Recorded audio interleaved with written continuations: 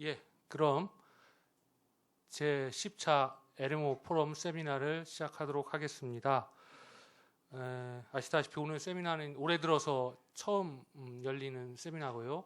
지난 3년간 1년에 한 3차례씩, 그래서 이제 총 9차례를 개최를 했고, 올해 이제 처음으로 개최해서 제 10차 세미나를 하게 되겠습니다. 그럼 오늘 개회사는 그 LMO 포럼 운영위원회 위원장이신 장호민 센터님께서 하시도록 하겠습니다. 네, 안녕하십니까. 저는 생명과학연구원에서 바이오 안전성 정보센터를 맡고 운영하고 있습니다만은 이 LMO 포럼의 운영위원장으로도 그동안 지금 역사가 한 4년 정도 됐죠. 4년 정도 걸쳐서 그 운영위원들과 더불어서 지금 쭉 같이 우리나라 이 LMO 문제에 대해서 터놓고 얘기할 수 있고 또 관련 문제를 누구든지 와서 얘기를 해서 같이 합의를 시도하고 그런 모임을 같이 이 위원 여러분들과 4년여에 걸쳐서 해왔었습니다. 그동안 1년에 한 3번, 4번 정도로 해서 쭉 그 세미나도 열고 하면서 운영위원들께서 많은 아이디어를 주시고 또 참여해 주시는 분들도 열띤 그때그때 문제에 관해서 의견 개진과 또 우리나라의 바람직한 LMO 정책 그리고 안전관리를 위해서 토론을 해주시고 해서 많은 유익한 시간을 가져왔다고 생각이 드는데요. 근본은 10차에 해당되는 포럼 세미나가 되겠습니다. 10차의 이름만큼 좀 더 우리 포럼 세미나를 다각적인 측면에서 운영을 시도해보고자 또 우리 이 법을 비롯해서 안전관리제도 1위까지 초석을 닦아주셨던 이정윤 교수님께서 개사를 해주시면 또 새로운 또 출발점이 될 거라고 생각하고 부탁을 드렸었는데 지금 개인적으로 바쁘셔서 조금 늦으신가 봅니다. 아무쪼록 오늘은 그동안에 여러 이슈들이 있었습니다만은 상당히 중요한 의미를 갖는다고 생각이 됩니다. 이 안전관리에 중점을 두고 그리고 그동안 나왔던 이 LMO 안전에 관한 이슈들을 한번 검토를 해보면서 그것들이 안전에 관한 시각에서 어떻게 조명을 해보면 좋을까라는 것과 동시에 우리나라 안전관리 제도가 그것들을 투영을 해서 검증, 체크해 볼 수 있는 그러한 기능 바탕이 되어 있는지 그리고 또 혹시 부족하다 그러면 어떤 점을 보완하고 또 같이 좋은 제도를 위해서 노력을 해야 되는지에 관한 시간이 되겠습니다. 아무쪼록 오늘 세미나를 위해서 바쁘신 중에도 불구하고 산업부의 김학도 국장님, 산업정책관님, 김학도 국장님 나오셔서 대단히 고맙습니다. 또한 각계 전문가분들과 또 부처에 계신 분들 나오셔서 대단히 고맙습니다. 개회사를 이쯤 마치겠습니다. 감사합니다. 감사합니다. 다음은 방금 소개해 주신 그 산업통상자원부의 창의산업정책관 김학도 국장님께서 축사를 해주시겠습니다. 여러분 반갑습니다. 방금 소개받은 산업통상자원부 창의산업정책관 김학도입니다. 벌써 LMO 포럼 세미나가 지난 2010년 5월에 시작한 걸로 알고 있는데요. 벌써 지난 4년 동안에 10차례, 금년 오늘까지 10차례나 개최됐네요. 아주 반갑고 그러면서 우리 한국에서의 대한민국에서의 그 LMO 관련 안전관리라든지 여러 가지 규정 등 여러 가지 그 제도들이 많이 성숙되어 있는 것을 보게 돼서 많이 기쁘게 생각을 합니다. 오늘 세미나를 행사를 준비해 주신 우리 바이오 안전성 정보센터의 장호민 센터장님을 비롯해서 오늘 참석해 주신 모든 분들께 감사의 말씀을 드립니다. 잘 아시는 것처럼 최근에 그 미승인 된 GM 밀이 미국 오레건주에서 이제 발견되면서 우리 국내에서도 이러한 그 LMO 안전 관리에 대한 관심이 많아진 것이 사실입니다. 다행히도 그 우리나라에 수입된 밀에서는 그 해당되는 품목이 발견되지는 않았다고 지금 하고 있습니다만은 향후에 전반적으로 그 안전 관리에 대한 유전자 변형 생물체의 안전 관리에 대한 정책들의 개선점은 무엇이고 그리고 앞으로 어떻게 더 체계적으로 관리해야 할 수 있는지를 한번 좀 생각해 볼 수 있는 그러한 그 기회가 아니었나 생각을 합니다. 그런 시점에서 오늘 이렇게 포럼과 세미나가 아주 시의적절하게 오늘 개최가 된 것 같습니다. 그래서 많이 뜻깊은 자리가 될 것으로 기대를 합니다. 사실 그 LMO는 그러한 유용성과 그리고 위해성에 대해서 상당히 그 상반된 시각이 존재하고 있는 것이 사실입니다. 우리 국민들 사이에 아주 폭넓게 그러한 그 양반된 시각들이 존재를 하고 있는데요. 사실 지난번에 이제 제가 그 LMO 법을 2002년에 이제 처음 제정이 되고 10년 만에 이제 LMO 법을 이제 개정하는 작업을 국회하고 이제 협의를 했었습니다. 그래서 그 안전관리 관련되는 이제 규정을 개정을 했었는데 국회 그 법안 심사 소위 그 심의 과정에서 이렇게 들어보니까 정말 그 국회의원분들이 걱정해 주시고 그런 그 유해성이라든지 또는 또 한편에서는 물론 뭐 유용성도 인정을 하고 있습니다만은 그런 안전 관리에 대해서 많은 걱정을 하고 계셨습니다. 그래서 사실 그 지금 현재 이제 LMO법 시행령을 지금 개정 작업 중에 있는데요.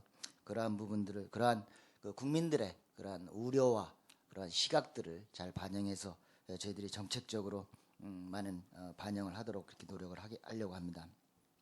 보시는 것처럼 LMO와 관련된 그런 문제들은 사실 소통이 많이 중요하다고 생각을 합니다. 여러 가지 또한 이제 올해는 이제 개정 LMO법에 따라서 제2차 유전자 변형 생물체 안전 관리 계획을 수립해야 됩니다. 그래서 오늘 여러분들이 이 전문가분들이 심도 있는 그런 논의를 통해서 많은 정책적인 지원을 해주시면 그러한 내용들을 적극 반영토록 하겠습니다. 저희 산업통상자원부는 바이오 안전 의정서 이행에 따른 국가 책임기관입니다. LMO 안전관리 대책을 수립하기 위해서는 다른 관계부처와 함께 저희들이 계속해서 협력하고 있고 또한 LMO를 둘러싼 그러한 갈등들을 줄이고 국민들이 안심할 수 있도록 정보 공유와 의사소통에 최선을 다할 것입니다. 오늘 이 자리에는 다양한 분들이 많이 오신 걸로 알고 있습니다. 소비자, NGO 여러분, 또 교수님들, 또 공무원, 또 기업에서 오신 분들, 학생 이런 분들이 많이 참석해 주셨습니다. 시간은 한정돼 있습니다만은 오늘 발표자 그리고 토론자 모든 분들이 서로의 입장과 그러한 그 견해들을 허심탄회하게 논의를 통해서 서로를 이해할 수 있는 좋은 자리가 되기를 바랍니다. 다시 한번 오늘 세미나를 주관해 주신 우리 LMO 포럼 운영위원 분들 그리고 바이오 안전성 정보센터 관계자분들께 다시 한번 감사를 드립니다. 감사합니다. 예, 감사합니다. 예, 발표는 장호민 센터장님께서 그 미승인 LMO를 중심으로 본 유전자 변형 생물체 안전관리 정책 방향으로 약 40분 정도 발표 시간을 갖도록 하겠습니다. 제가 오늘 포럼 세미나에 특히 안전 관리를 중심으로 한 이 포럼 세미나에 얘기를 여는 그런 의미에서 주제 발표를 하게 된 것을 대단히 영광으로 생각하며 발표를 시작하도록 하겠습니다. 제가 말씀드릴 제목은 그래서 이 미승인 LMO를 중심으로 본 LMO 안전관리 이 정책 방향이 되겠습니다. 이 미승인 LMO라 그러면은 여기 와 계신 분들은 뭐 다 이해를 하실 거라고 보는데 일반인들 같은 경우에는 미승인 LMO를 중심으로 왜 안전관리를 보냐? 당연히 승인이 되지 않았으면 이 그 안전관리 체계 속에 넣어서 승인을 하면 되지. 왜 미승인 LMO를 중심으로 안전관리를 보냐? 그렇게 의문을 갖겠죠. 근데 이제 미승인 LMO는 부지부식간에 우리의 소비 생활, 유통 체계 혹은 환경에 노출된 그런 또 사례들도 있고 그런 위험이 있기 때문에 그런 측면에서 우리의 안전관리 정책을 되돌아보고자 하는 것이 되겠습니다. 그래서 미승인 LMO를 중심으로 그동안 어떠한 사례들이 있었는지, 최근엔 GM밀이 있었죠. 이걸 중심으로 보되 LMO 관련된 GMO 관련된 논란 사례라 그러면 뭐 이런 미승인 사례들도 있습니다만은 보다 근본적으로 LMO 자체에 이슈가 됐던 사안들이 진작부터 있었죠. 그래서 이런 그동안에 일어났던 LMO 관련된 사례들을 통틀어서 한번 보고 1호부터 안전관리 측면에서 어떤 시사점이 도출될 수 있을런지를 한번 보고 이 우리나라 안전관리 제도는 이런 것들을 다 투영을 해서 걸을 수 있는 그런 바탕이 되어 있는지, 또 보다 나은 안전관리 시스템을 위해서 제한할 사항이 있다면 어떤 것들이 있는지를 보는 순서로 그렇게 구성을 해서 말씀드리겠습니다. 말씀드리기에 앞서서 이런 걸 한번 생각을 해봤습니다. LMO 안전관리, 이 국민은 과연 진정으로 원하고 있고 얼마나 원하고 있는가, 이걸 한번 근본적으로, 이거는 뭐 아주 기초 중에 기초 당연한 거겠습니다만은 근본을 돌아본다는 의미에서 한번 같이 한번 생각을 해보시죠. LMO 안전관리를 생각하기에 앞서서 먼저 안전관리, 안전관리의 안전을 한번 보시죠. 우리가 이제 단어를 모를 때 네이버를 검색을 하죠. 네이버에 쳐보면 이 안전이라는 단어를 중심으로 해서 유사한 말들이 평화부터 시작해가지고 뭐 안보, 안전, 이렇게 쭉 그 어떤 스테이터스 나름대로 이렇게 레더가 있고, 그거에 반대되는 말이 불안서부터 시작해가지고 불안전, 이렇게 열거가 되어 있습니다. 이 안전 속에는 그런 반대 측면의 그런 불안전한 그런 측면이 당연히 있기 때문에 그런 상황 속에서 국민들은 무엇이겠습니까? 존 로크나 장작 루소의 어떤 계약론은 거들지 않더라도 우리 쉽게 일정한 개개인들의 어떤 자유의지랄까요? 그걸 일정 부분을 반납하면서 어떤 계약 속에서 스스로 국민들 스스로 관리 제도를 만들어서 불안전한 요소를 제거하는, 보다 안전한 그러한 공동체를 지향하는 게 국민들의 기본적인 바람이 아니겠습니까? 그런 안전관리 제도는 정부로 하여금 잘 운영하도록 요구를 하고, 바로 안전관리 제도라 하면 그렇게 이해를 해볼 수 있다고 생각이 되는데요. 그러면 LMO 안전관리는 그런 바탕 위에서 바로 이해가 된다고 볼 수가 있겠습니다. 이 프로토콜 의정서의 정의에 따르면 이 LMO를 만드는 생명과학 기술이 인류 복제에 크게 기여할 잠재력이 있음을 기본적으로 인정을 하고, 환경, 인체 건강을 위해서 안전 조치를 마련하는 것이 되겠습니다. 왜냐? 인체 건강, 생물 다양성에 부정적 영향이 우려가 되고 있기 때문이다. 일반인들이 점점 더 많이 인식하고 있기 때문이다라는 거죠. 그래서 인체하고 생물 다양성 측면에서 적절한 보호 수준을 보장해야 되는 것이 이 목적이다 해서 국제적인 LMO 안전관리 시스템이 바로 바이오 안전성 의정서고, 우리나라는 그것을 이행하기 위한 시스템을 만든 것이 바로 LMO법이라고 볼 수가 있겠습니다. 그러면 실제로 우리나라 국민은 얼마나 LMO 안전관리를 원하고 있을까? 먼저 심리적인 측면을 한번 보시죠. 혜택을 손실보다 더 많이 제공할 것이다. 혜택을 볼 것이다. GMO 기술이. 또 사회에 그로부터 잘 받아들여질 것이다 하는 거는 40% 중반, 30% 초반을 그리는 가운데 인체, 환경에 해로운 영향을 미칠 것이다 는 50% 전후를 보이고 있습니다. 그런데 여기서 주목할 것이 이 50% 전후라 그러면 크게 뭐 많이 아닐 거라고 생각이 될 수도 있겠습니다만은 바로 이 보통 부분을 주목해야 될 것입니다. 30% 중반을 차지하고 있는데 국민들은 한 30% 중반 정도의 보통 정도로 위해성 정도를 느끼면서 50% 전후로 해서 위험하다고 생각하고 한데 직접적으로 안전관리 제도죠. 규제를 얼마만큼 필요하냐라고 물어봤을 때 이 AMO 관련된 이 여러 가지 단계별로 연구 개발, 또 수입, 취급, 보관, 유통, 또 이 표시제, 이리까지 연구 개발은 규제 정도를 좀 제일 좀 작게 필요하다고 생각합니다만 그래도 70%를 넘고 보면 80% 이상을 상회합니다. 그러면 앞에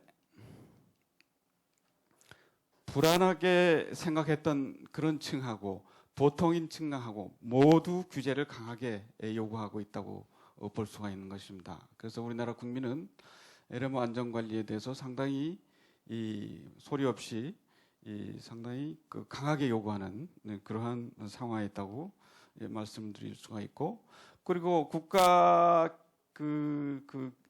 계약 속에 이루어지는 국가 사회를 봤을 때 언론은 그 사회가 잘 이루어지는지 항상 감시 기능을 한다고 우리가 알고 있습니다. 그러면 LMO 안전관리 측면에서 언론은 바로 이 국민적 위해 요소가 있다 그러면 이슈화를 시키는 게 기본 기능이겠죠. 가장 첫 출발. 그래서 위해 대응, 예방 효과나 공적으로 제도 보완하는데 이르게 하고, 그렇게 봤을 때 LMO 관련해서 보면 언론에 난 거 보시죠.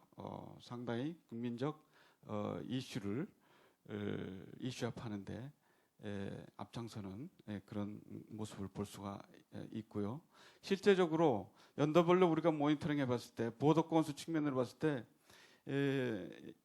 어느 정도 일정한 패턴의 수를 보이다가 이슈가 됐을 때는 이렇게 상당히 급격하게 늘어나는 그러한 추세를 보이고 있습니다.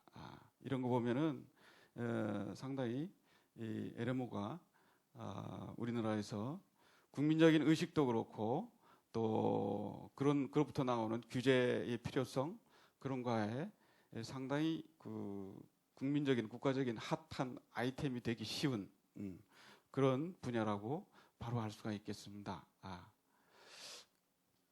그러면 그런 상황 속에서 우리나라 안전관리제도는 어떻게 돼 있는가? 그런 걸 보통 우리나라 안전관리제도는 5년 전에 우리나라 법이 발효가 되면서 어느 정도의 가정을 두고 만든 그물망을 치듯이 모든 걸 상정을 해서 나름대로 치밀하게 만든 시스템이라고 볼 수가 있습니다. 그런데 그 사이에 완전히 그렇다라고 한 그런 케이스들은 아니겠습니다만 우려의 사건들, 사례들이 많이 있어왔죠.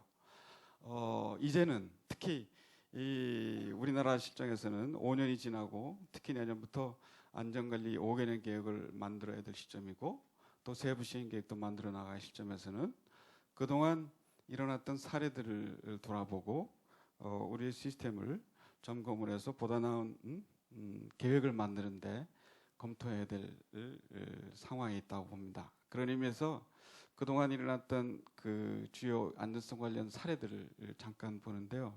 시간 관계상 뭐 자세하게 하나하나 뭐 들어갈 거는 없다고 보고요. 다만 이러이러한 사건들이 있었다라는 것을 한번 같이 리뷰를 하고 그것들이 안전관리에 어떤 의미를 가졌는지 총괄적으로 개괄적으로 살펴보도록 해보겠습니다. 먼저 LMO 자체에 대해서 근본적인 그 안전성에 관한 의무를 들었던 예들입니다. 인체 위해성 관련해서 보면 브라질넛은 요거는 뭐 개발을 하다가 알레르기 문제가 엿보여서 상업화를 포기한 사례가 되었고요. 푸츠타이 감자 실험은 안전성 논란에서 거의 아주 본격적인 시발이 된 그런 케이스라서 꼭 얘기되는 그런 건인데 렉틴 강화 감자를 만들어서 쥐에게 먹여봤더니 발육, 면역력, 위장 기능 등의 부작용이 있음을 강하게 제기를 했었었는데 그 뒤이어서 반향이 있었죠. 상당한 그 과학자들로부터 실험 방법 등 문제점이 많아서 그걸 그대로 인정할 수는 없다. 그런 케이스가 있었고요. 그다음에 이 옥수수 몬863 NK603 이거는 2005, 2007, 2012 예에서도 볼 수도 있겠습니다만은 잊어질만 하면 계속 그 연이어 시리즈로 발생되곤 하는 제기되는 그런 건입니다. 신장, 간 등의 문제가 발생할 수 있음이 지적이 됐고 했는데 그때마다 실험 방법이나 통계 분석 등의 과학적인 문제점이 많다라고 해서 또 반대편에서 지적을 많이 받고 해서 지금 다시 수면 아래로 내려가 있는 상황이고요. 환경 위해성 관련해서는 뭐 군주나비 유충에 그 해를 끼친다는 연구 발표가 있었는데 그 뭐 유사한 연구를 해봤더니 결과가 미미하다. 그러니까 그렇게 꼭 결론을 내서 얘기할 수는 없다. 또 인도에서 LMO GM 모카밭의 그 주변에서 방목된 양 염소가 떼죽음 당했다. 이게 직접적으로 원인이 있다라고 했는데 인도 정부에서 발표가 그 죽음이 꼭 그 GM 목화가 아니다라는 것을 발표를 공식적으로 한 바가 있기도 합니다. 또 슈퍼 잡초, 이것은 뭐 GM하고 뭐 직접적으로 관련된 무슨 그러니까 유전자 오염에 의한 슈퍼 잡초라기보다 그 제초제 그 자체에 대한 내성으로 인한 슈퍼 잡초라서 조금 직접적인 관계가 있다고는 얘기는 할 수 없겠습니다만은 그래서도 이 개발업체에서는 그 부분에 대해서 인정을 하는 것입니다. 다양한 제초제를 병행 사용할 것을 공고하기도 하고 또 환경 위해성 관련해서는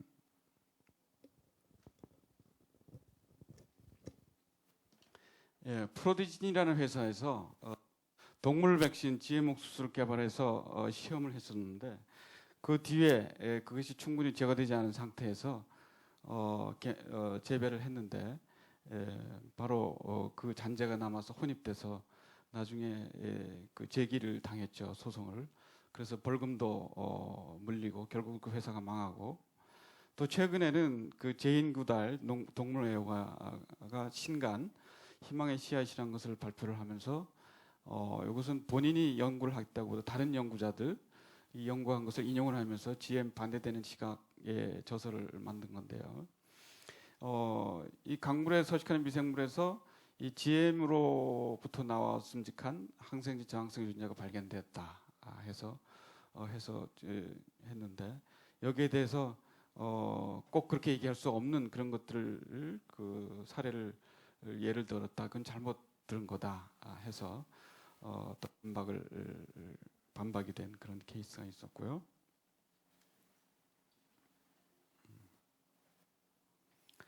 그리고 미승인 LMO에 관한 미승인은 보통 지금 국제적으로 된 정의에 따르면 최소한 어느 한 국가에서 승인이 됐는데 수입국 가령 우리가 수입국이라 그러면 우리나라에서는 아직 승인이지 않은 그런 것을 일컬어 미승인 LMO라고 그러기도 합니다. 그리고 그런 거 같은 경우에는 이제 전문적으로 LLP라고 얘기를 하는데 여기서는 이제 통괄적으로 좀 더 넓혀서 얘기를 하면 뭐 수출국에서 승인이 되고 우리한테 승인이 되지 않은 그런 케이스 있습니다만 외국에서도 아직 승인이 되지 않은 것들이 또 우리한테 들어올 수도 있겠죠. 그래서 일단은 그렇게 범위를 넓혀서 미승인 LMO를 조명을 해보겠습니다. 요 스타링크 사건이라고 해서 이것은 미국 아메리카에서 개발이 됐는데 알레르기 유발 가능성이 있어가지고선 식용으로는 승인받지 못하고 사료용으로만 승인됐는데 이게 이 식품 사이클 내에서 이게 검출이 됐습니다. 그래서 난리난 사건이었는데요. 뭐 종자 전량 회수를 종자 잔량 회수를 뭐 지시를 하고 뭐 등해서 상당히 이 초기에 그래서 배상도 당하고 해서 그 종자 회사는 결국은 파산을 하고 우리나라는 긴급 회수 또 폐기 조치를 내린 바 있고요. 또 그걸 계기로 해서 수입품에 대해서 정밀 검사를 수행하게 된 계기가 되기도 했고요. 또 미국에서 GM옥수 BT10 유출된 케이스가 있었죠. 이것은 BT11이라는 그 해충 저항성 유전자하고 제수 저항 내성 유전자가 복합된 그런 GMO인데 이거하고 성질이 똑같은 BT10인데 그렇지만 비교해서 BT11보다 못하다 해서 굳이 이 상업화를 할 필요가 없다 해서 상업화를 포기를 하고 그 안전성 평가를 진행시키지 않았던 건데 이게 유통 중에 발견이 돼가지고 그 BT11 속에 섞여서 발견이 돼서 아주 난리가 났었습니다. 국제적으로. 그래서 우리나라 같은 경우에도 통관을 보류하고 또 BT11이 들어올 때는 그게 섞여 오지 않았다는 입증서를 제출토록 하고 등 관련 회사는 뭐 벌금도 물게 되었고요. 해서 아주 상당히 논란이 됐었던 거였고요. 또 이 쌀입니다. 이 LL 라이스 601이라고 그래가지고 바이오크롭 사인사가 개발을 했던 건데 이 시험 재배를 98년 2001 사이에 했던 거였고 최종 허가 신청을 하지 않았던 겁니다. 근데 이게 미국 내 창고에서 개발이 되고 장립종이었는데요. 근데 이게 일본, 뭐 EU 할 거 없이 상당히 많은 세계 각국에서 그 흔적이 개발이 돼가지고 발견이 돼가지고 난리가 났었고요. 그런데 결국은 미 농무부에서는 그 공식적으로 허가를 해서 안전성에서는 문제가 없다라고 해서 안전성 문제는 거치게 됐습니다만 우리나라에서는 이 검증 실험을 실시를 하고 사실은 장립종을 수입을 잘 하지 않죠. 또 검출도 안 됐고 그렇지만 난리가 났었고요. 또 BT63 중국 가까운 중국에서 일찍이 이 해충 저항성 쌀인데요. 시험 재배를 2001년도에 해가지고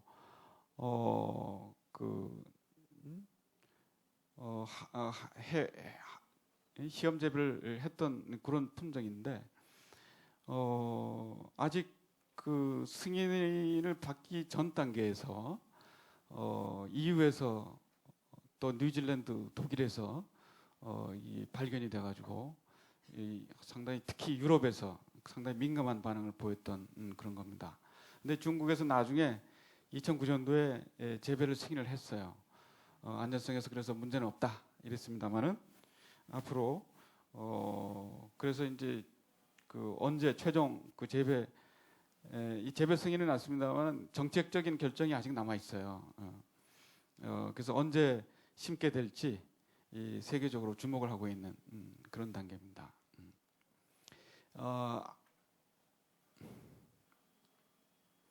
아마씨 관련해서는 캐나다에서 개발을 해서 식품 사료 승인을 받은 바 있습니다만은 이 농민들이 제기를 해서 그러면 이 난GM 아마씨를 팔기 어렵다 해서 이 폐기 결정을 한 바가 있습니다. 그래서 품종 등록도 취소를 한 바가 있었는데 이게 캐나다에서 독일로 수출한 난GM 아마씨에서 발견이 돼가지고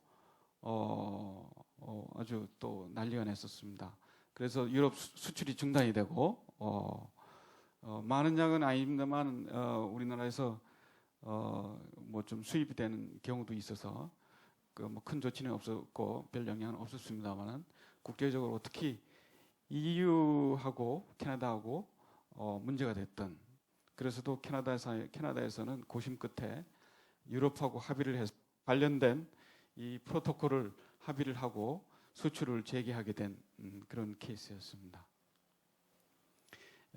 GM밀 최근에 문제가 됐던 GM밀에 관해서 한번 이것은 뭐 다들 최근 사건이기 때문에 뭐 자세하게는 얘기는 안 드리겠습니다만은 4월 30일 밀 이 발견된 그 사이트에서 샘플을 송부 대학에 보낸 4월 30일과 최종적으로 USDA에서 더 이상 퍼진 것이 아니다라는 것을 확인하고 한 그 보도 그 약 한 달여 반 사이에 미국 자체도 그럽니다만은 우리나라에서도 상당히 좀 언론으로부터 주명도 하고 심지어는 TV 메인 뉴스에서도 나오고 조망이 됐던 케이스죠. 그런데 내용적으로 보면 2004년도에 이미 포기됐던 사안이었고 그러면 일찍이 포기하면서도 이 미국, 캐나다, 호주에서는 특히 밀 업계에서는 이 GM 밀의 개량을 위해서 미래 개량을 위해서 GM 기술을 개발해 협력을 하자는 그런 산업계에서 자체적인 움직임이 있어 왔습니다. 최근에. 그래서 또 1차, 2차 프로젝트를 통해서 환경 스트레스 내성이나 재추출된 내성 이런 밀을 개발하고 있던 참이었는데 이런 사건이 일어나서 아마 영향을 받을 걸로 생각이 되고요. 요건은 사실은 그 미국 FDA에서 2002년도에 식품 안전성에 대해서는 이미 컨설테이션은 끝나고 인정을 받았던, 그래서 이 허가 넘버까지 나왔던, 그러나 이제 재배 승인이 떨어지지 않은 그런 상태에서 상업화 포기됐던 거였는데 우리나라 언론에서는 이 부분은 잘 인지돼요. 잘 인지가 안 됐던 것 같습니다. 그래서 보면은 식용을 담당하는 식약처, 사료를 담당하는 농식품을 중심으로 해서 이 관련 대책에 여러 가지 애를 쓰셨죠. 그리고 식약처에서는 이 GM밀이 우리나라에서는 건출되지 않았다라고 하는 발표를 하게 됐는데 이게 세계에서 처음으로 발표가 돼서 세계의 주목을 받은 바 있습니다. 그래서 그런 가운데 또 관련 부처들이 산업부 주관 하에서 이걸 계기로 해서 위해 방지 조치, 비상 조치 등에 관해서 이것뿐만 아니라 앞으로도 관련된 보다 포괄된 의미에서의 안전 조치에 대해서 논의하고 해서 개선안을 내보고자 하는 그런 회의도 가진 바가 있습니다. 저희 센터는 저희들이 모토가 올바르게 빠르게거든요. LMO에 관한 모든 것.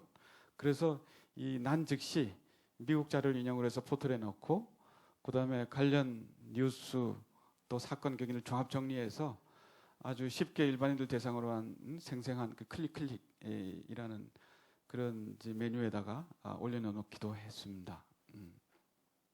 언론 보도는 그 시기별로 좀 변화가 있었습니다만은 자세한 건 약하고요. 단계별로 봤을 때는 GM 밀 발견된 요때 상당히 많이 나고 또 정부 발표 때 그걸 인용을 해서 발표하고 주목할 만한 거는 거의 마지막에 미국 농업부에서 그 이상 그 번진 그 환경 그 오염된 지역에는 없는 것으로 본다라고 확인이 됐다라고 발표한 건에 대해서는 2건에 불과한 언론의 주목이 낮았습니다. 그래서 관심 있게 본 어떤 국민들이 있다면 좀 의아하게 생각하지 않을까 여전히 그런 생각을 해보고요. 여기서도 나타났다시피 초기에는 일단 사건 발발에 중점을 두고 보도하다가 중반부 후속으로 갈수록 좀 부정적인 논조로 식탁, 먹거리 불안 이런 식으로 제목을 달다가 그때 점점 끝으로 갔을 때는 좀 스트레이트성, 단발성으로 해서 좀 이렇게 좀 페이드 아웃되는. 국외에서는 그런가 하면 미국은 당연히 그 진원지이자 그 GM 수출국이기 때문에 물론 NGO는 명확한 조사를 촉구합니다만 그린피스는 이 농민들의 경제를 위협할 수 있다라는 걸 우려하는 가운데 연방 정부에다가 밀 재배자 협회는 그런 그 경제 위협받을까봐 진상 규명을 하루빨리 해서 좀 제대로 밝혀서 좀 누명을 벗자. 누명이라기보다 어떤 하여튼 그 불안한 요소를 제거를 해서 하루빨리 정상화시키자, 그런 취지의 움직임을 보였고요. 일본은 수입 중단을 정부에서 발표했다고 하는 가운데 소비자 연맹이 반대하고 또 이 단발성의 보도, 스트레이트성 보도를 주로 했고요. 유럽은 여기도 역시 마찬가지로 사건에 관한 단뉴스성의 스트레이트 기사를 보도하는 경향이 강했고요. 그런가 하면 영국에서는 자기네들이 개발한 GML 시험 재배라든가 또 GM 작물 도입을 적극 촉구하는 그런 보도가 또 한편으로, 그러니까 크게 볼 신경 안 쓰는 그런 양상을 보여서 이 지역마다 조금 차이가 봄을 알 수가 있었습니다. 그런 케이스들을 전반적으로 봤을 때 이 인체에 관한 사례들, 환경에 관한 사례들, 또 미성인권에 관한 사례들, 이렇게 그룹핑해서 봤을 때 중점 이슈들을 나열을 해볼 수가 있습니다. 먼저 인체에 관해서는 주로 동물 실험한 결과에 대해서 실험실적으로 그거를 믿을 거냐 안 믿을 거냐, 과학적 근거 적절성 논란을 가지고서 사실은 여전히 계속 간헐적으로 얘기가 된다고 볼 수가 있고요. 그런 면에서의 안전관리에 관한 시사점이라 그러면 우리한테 교훈이 된다면 그 위해성 평가 항목 또 기준 이런 거에 대해서 좀 더 우리가 신경을 써야 되겠다라는 그런 걸 한번 간접적으로 생각을 해볼 수가 있겠고요. 또 이 환경 관련해서는 이건 주로 실제 발생한 사건이죠. 물론 아닐 수도 있지만 실제 발생한 사건이라고 보고 그렇게 인식을 하고 그 원인 내지는 처리 방안에 대해서 논란이 있었습니다. 있다고 그렇게 볼 수가 있겠고요. 여기에 대한 시사점이라면 의도하지 않았던 생물체에 대한 영향을 보기 위한 어떤 그 평가 항목이라든가 기준 개발에 대해서 우리가 좀 더 날카롭게 좀 봐야 될 것 같고, 또 사후 관리 환경영향 조사 이런 측면에서 좀 또 강화해야 되겠다라는 그런 인식을 자연히 갖게 되고요. 미승인권에 대해서는 이 혼입 가능성, 또 만약에 그런 게 발견이 됐을 경우에 수입 금지하는 게 만능이냐 등을 포함을 해서 그 처리 방안에 대해서 우리가 좀 고심을 해야 되지 않겠느냐라는 이슈를 생각해 볼 수가 있겠고, 그래서도 그런 차원에서 봤을 때 연구개발 시험 지배 과정에서 유출돼서 이런 게 발생될 수도 있기 때문에 이 점에 대한 안전관리, 그다음에 이 혼입 여부 검사, 국경 검사 등을 포함을 해서 그것이 중심되겠습니다만, 또 이런 게 발견이 됐을 경우에 어떻게 관리를 해나갈 건가, 그런 거에 대한 체계적으로 해야 되겠다는 시사점을 자연히 우리가 생각해 볼 수 있을 것입니다. 이러한 사례들을 사실은 이 단계별로 보게 되면 이렇게 그룹핑이 된다고 볼 수가 있습니다. 연구개발 위해성, 수입, 운송, 보관 등 나눠봤을 때 우리는 아직 직접적으로 생산 재배하는 게 없기 때문에 요점은 뭐 아직은 좀 거리가 있다고 보겠습니다만은 이 단계별로 우리는 다 실제로 이루어지고 있죠. 그래서 이런 예들을 다시 한번 우리가 각 그 안전관리 관점에서 그 교훈을 삼기 위해서 철저하게 우리가 봐야 될 필요가 있지 않겠나 이렇게 보고요. 그러면 우리 안전관리 제도가 그런 것들을 보기 위한 그러한 기본적인 그런 디자인이 되어 있겠느냐? 되어 있다고 생각이 됩니다. 그래서 단계별로 보게 되면은 시험 연구 단계, 뭐 시설, 또 현장, 연구개발 승인자들 외부 유출, 거기에 이번에 우리 개정을 통해서 부족한 부분을 조금 더 보완을 했고요. 환경 영향 조사분에서 시험 연구 단계에서 환경 조사 부분이 그 주변에 혹시 이 우려가 되는 사항은 할 필요가 있다고 봅니다. 그래서도 이게 선치가 되었고요. 또 수입 단계별로도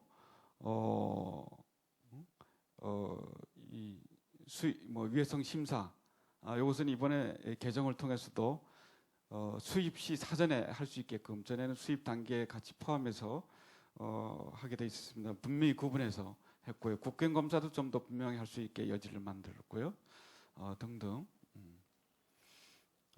그다음에 요거는 뭐 이미 세계에서 우리나라에서는 아직 그 허가 안 돼 있더라도 어느 나라 한 나라라도 승인된 거 있으면 국경 검사에서 걸러질 수 있도록 그렇게 하고 이 생산 승인 우리는 지금 이 부분이 없기 때문에 그럽니다만은 앞으로 제도는 돼 있기 때문에 그걸 가정을 해서 이 재배 안전 관리 이 규제 시스템이 없는데 이 부분을 우리가 앞으로 좀 해야 되지 않겠나 이렇게 생각을 해보고요. 운반, 보관, 유통 단계 이 부분도 각 부분별로 돼 있다고 보고요.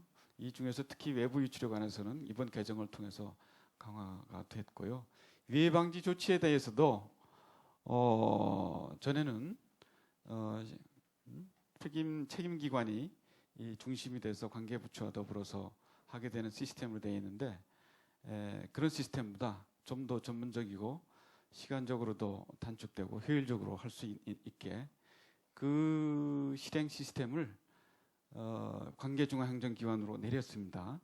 내려서 관련 조치들을 하되 때에 따라서는 이 국가책임기관의 정보 제공이 되니까 같이 합동으로 할 수 있는 그런 동시에 할 수 있는 그런 시스템이 돼서 보다 효율적으로 개정이 됐다고 생각이 됩니다.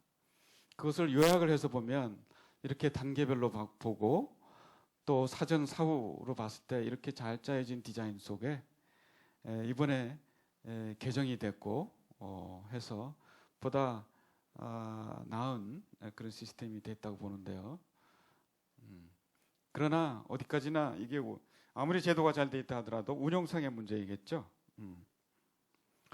그 운영을 하더라도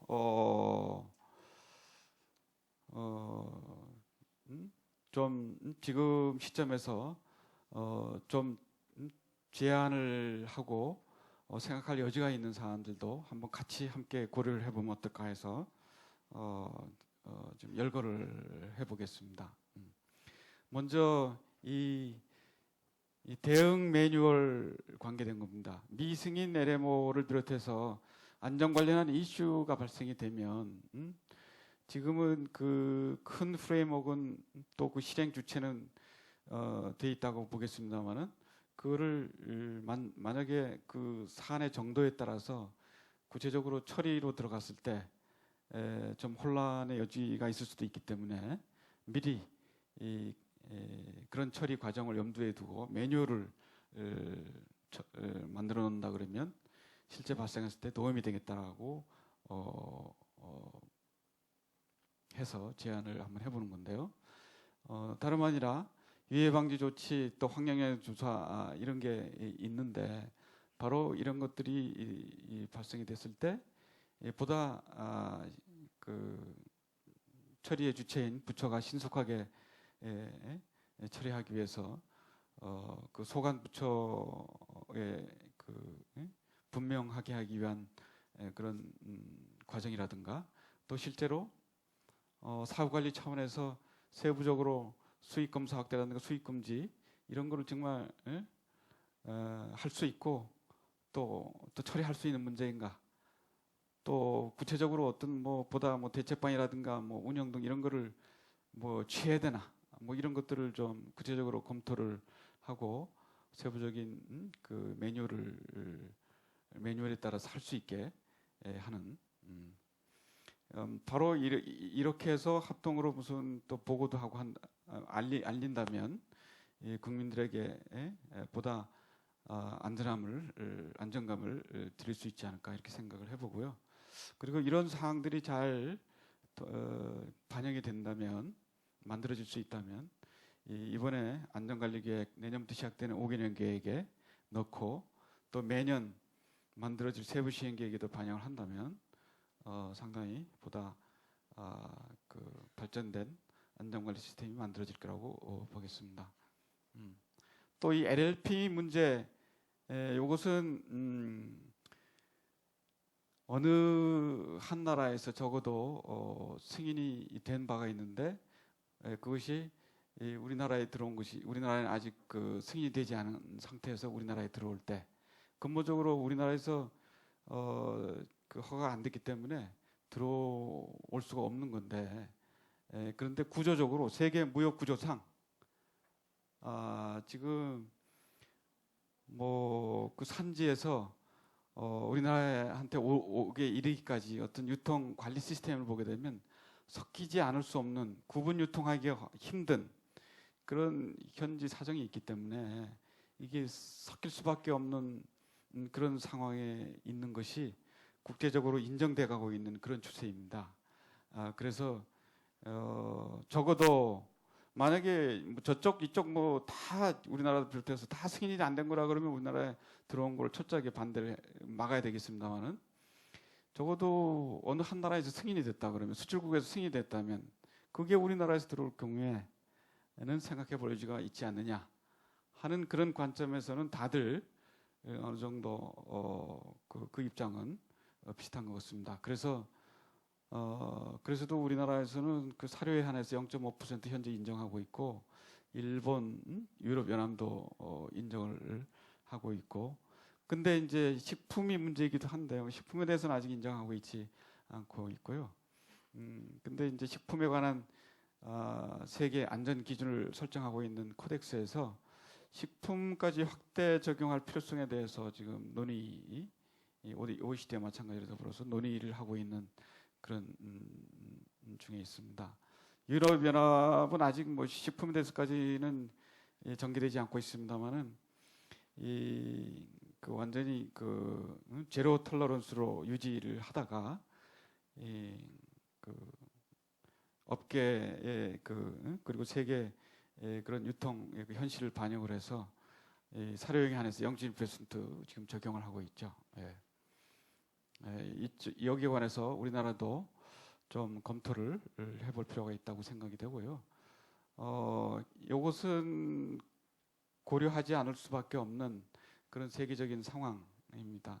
2010년도에 2008년 기준에서 상업화된 게 30개인데 쭉 그 단계별로 있는 걸로 봤을 때 2015년 내후년까지 한 120여 개가 상업화에 진입하지 않을까 해서 지금도 이러한데 30여 개 아이템이 지금 돌아다닐 때 그 LLP 문제가 심각하다면 심각하다고 볼 수가 있는데 앞으로는 점점 더 할 텐데 가만히 있어서는 안 되지 않느냐 이런 의식이 세계적으로 확립이 되어 있는 것 같고요. 그런 움직임이 캐나다에서 지금 캐나다가 얼마 전에 아마씨 가지고 굉장히 혼났죠. 유럽하고 해서. 그래서 이제 자기네들이 수주뿐만 아니라 들어올 수도 있는데 들어온다고 가정하고 그 LLP 문제를 어떻게 자기네들이 판단하고 처리할 거냐에 대해서 그래서 만약에 이것이 발견될 경우에 어떻게 하겠느냐. 예를 들어 보면은 그 상대국의 그런 위해성 심사 체계가 캐나다하고 같다고 볼 수 있는가에 따라서 그렇다 아니다 또 그렇다 하더라도 0.1%를 초과하느냐 아니냐 뭐 등 그 케이스에 따라서 쭉쭉쭉 해서 어떤 결정에 이르게 하는 우왕좌왕하지 않고 이것이 그때 아마씨 때문에 혼나면서 그것이 자기네들한테도 영향이 있을 것이다 역풍도 있을 것이다 해서 각계각층의 그런 인터레스트 그룹으로부터 스타디를 거쳐서 종합안으로 해서 이렇게 해서 지금 아직 뭐 확정된 건 아니고요. 지금 이런 드래프트가 있다라는 것을 발표한 적이 있었습니다. 그래서 그걸 보고 우리도 한번 고민을 해보는 게 어떤가. 그리고 그렇다 하더라도 그럼에도 불구하고 안전 이슈가 있을 경우에는 이 책임과 구제에 대해서 처리를 그런 차원에서 처리를 해야 될 필요성이 있는데 여기에 관해서는 이미 국제적으로 추가 의정서가 채택이 된 바 있고 앞으로 2, 3년 내에 발효를 앞두고 있다고 보는데요. 우리나라에서는 그걸 현재 저희들 중심으로 아직 스타디 단계에 있습니다만은 그 국내에 이걸 이행하기 위한 국내법도 만들고 또 이 추가 용서의 가입 또 결정도 해야 되고 그 시기도 또 어떻게 하면 되는지 하는 그런 시점에 있습니다. 그래서 이런 걸 통해서 이슈가 발생이 됐을 때 처리할 수 있는 그런 시스템을 갖춰야 된다고 봅니다. 마지막 장이 되겠습니다만은 보다 미승인 LA 문제에 대해서는 뭐잘 걸러내야 되겠죠. 그래서도 국경 에도 그렇고 국내에 들어와서도 그렇고 이 검출 기술이 보다 확실해야 되기 때문에 이거에 대한 기술 개발 잘 해야 될 필요성이 있겠고 혹시 비승인 문제를 GM 표시 문제하고 혼돈할 여지가 있기 때문에 이거는 분리해서 생각해야 되겠다는 그런 높아심에서 한번 제안을 드려보고요. 그리고 무엇보다 이 GM 이슈는 금방 국민적 이슈로 핫하게 떠오를 수 있는 그런 아이템이기 때문에 이 국민 안심 측면에서 특히 그 국가 책임자는 물론이고 관계부처, 관계 전문가가 협력해서 관련된 이슈에 대해서 신속히 이 이슈가 있을 경우에 대책을 하고 사전에라도 하고 해서 종합적으로 신경을 쓰고 국민 안심 증가에 노력을 해야 될 거라고 생각이 됩니다. 예, 이상 경청해 주셔서 예, 그 발표에 수고해 주셨습니다.